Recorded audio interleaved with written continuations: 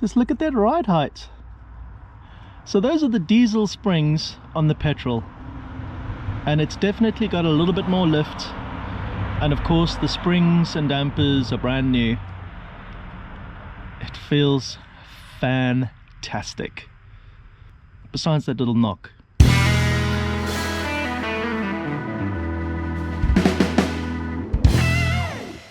Welcome to the next video about this little 4x4 Panda project car called Black Betty. And today I am planning to do what I hope is the last bit of suspension work on the underside of this car, and that is the rear diff bushes. Now, up to this point, I have slowly but surely eradicated every knock and rattle that has presented itself while restoring this car, which I originally bought as spares or repairs. You can find links in the description below to the various stages of this project. And essentially, when I bought it, it did have a suspension knock, which I initially suspected was the drop links. It turned out not to be the drop links. I then landed up replacing the wishbones, the outer tie rod ends, the inner tie rod ends, the prop shaft, because the center bearing for the prop shaft was worn out. I then landed up replacing the whole suspension, so the struts, the springs, the top mounts, the whole caboodle, as well as a handbrake.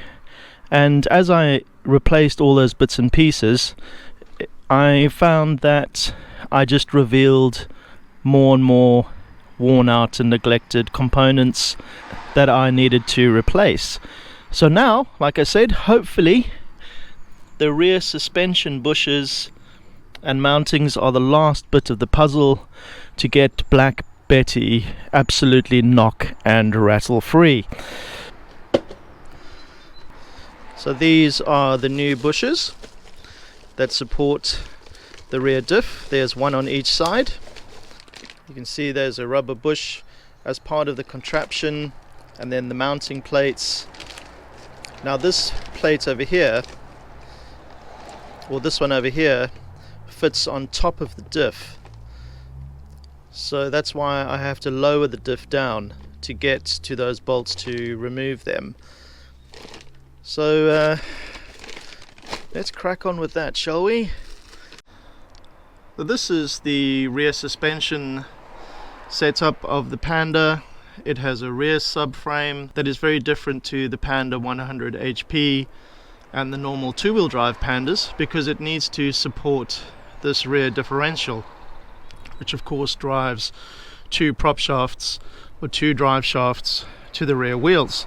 That is connected to the front of the car by this prop shaft over here, and I replaced that because the center bearing that supports the middle of that prop shaft was completely worn out. Now, when I fitted that new prop shaft to the rear diff, after a couple of days it became apparent that there was a little bit of a backlash in the drivetrain, and that would signal that these bushes over here that are supporting the rear differential to the subframe, which is attached to the underneath of the car, that those are worn out. So I need to remove these bolts here that hold this bush to the rear subframe. These two bolts here are attached to the diff itself.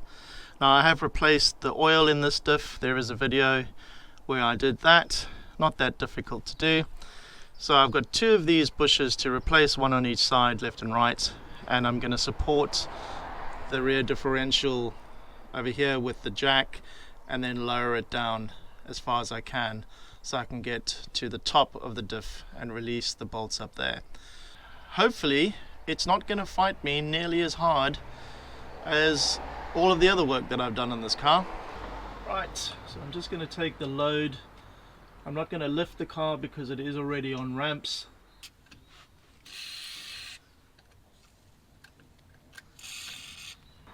Now I have to bear in mind it's quite cold today, so these bolts will be in cold metal. Right, so the bolts on the side of the diff are definitely 18. Let's see how tight those are.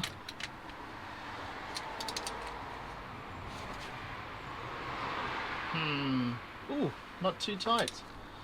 Thank the Lord for that. That is the rear diff now loose. So if I grab it there, you can see it move quite freely. And there is enough space for me to get up to the bolt at the top, I think, with the ring spanner. Good news! The rear anti-roll bar is now free to move. You can see I have now got access to this rear center diff bush. So the next job is going to be to remove that nut, get the bolt out, so that I can lower this diff down as far as I can go. Okay, so that's a 19 on this side.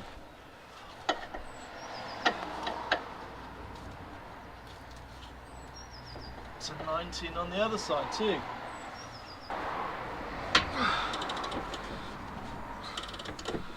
Alright, it's loosening up.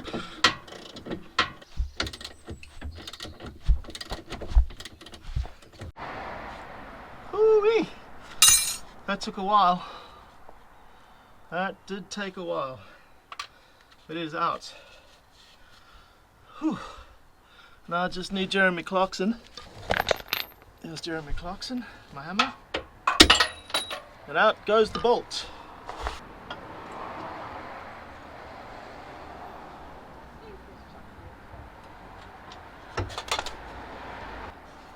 I don't want to lower it too far because I don't want to pull the drive shafts out of there.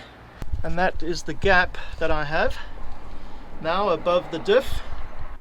And also a good opportunity to inspect that subframe. It's looking in really good shape, I'm very happy to say.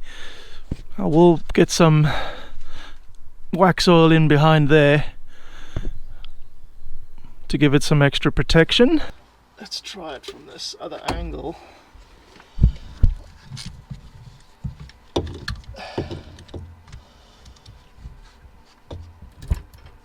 Okay. Oh yes. Okay, so that's cracked. In other words, it's no longer tight. Excellent. Alright. So I did spray some penetrating fluid on there. And there's the bolt, nice and clean. Now we'll get through and do the one on the other side. So these, thankfully, weren't put in too tight.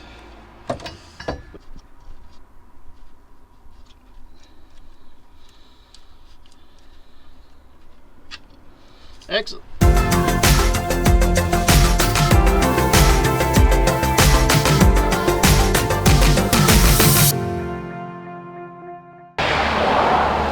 That is the old bush.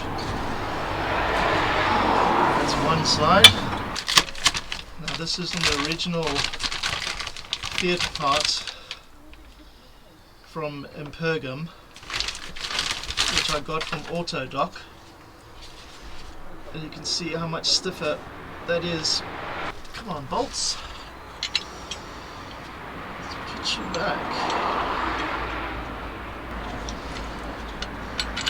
So I'm not going to use any copper slip on these because there's steel bolts going into an alloy carrier up top.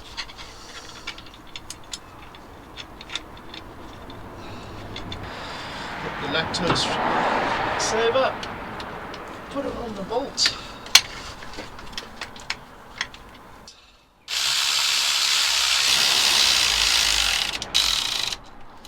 Alright.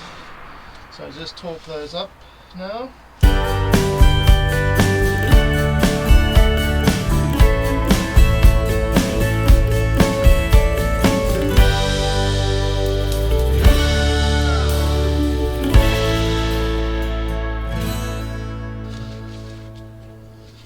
Cool. So it's a little bit stiffer than the previous ones, and of course it's new and it's original, which is brilliant. Okay, it is now time to put that diff back on the underside of the subframe, but before I do that, I'm just going to get in up here with some copper slip and just copper slip the surface where these mounts attach to, because that will help reduce the possibility of any rust that might happen up here. I'm also going to copper slip all of the bolts that are going into the subframe. What I'm not going to do is replace this rear center bush that's on the back of the diff today, because I don't have a bush press that will insert the new one, and if I cut this one out, then I'm going to have a problem getting the new one in. So I'm going to leave that for another day. But hopefully, with these new mounting bushings on, I am going to eliminate the knock that's coming from the diff. The other thing that I'm going to do is just double check that all the bolts on the drive shaft are still tight. After I fitted the new drive shaft, it's been a good few weeks now, so it's good practice just to double check to make sure that those are still nice and tight. Okay, so now I need to do some acrobatics and lift this diff back into place.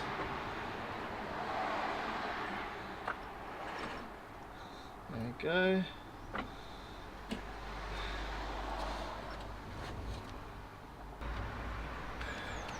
And then these ones here,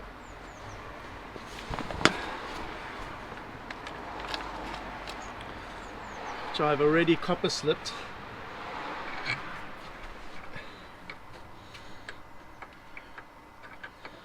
There we go. What I'll do is I'll get all 4 bolts seated first before I start tightening them up.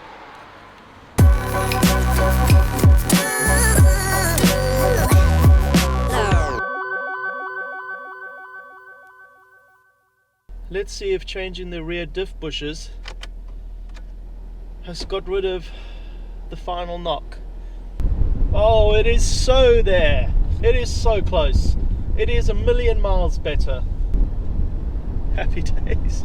Thanks for watching. Give me a thumbs up for all this hard work, and subscribe to the channel, and let's see if we can have some more adventures and automobiles.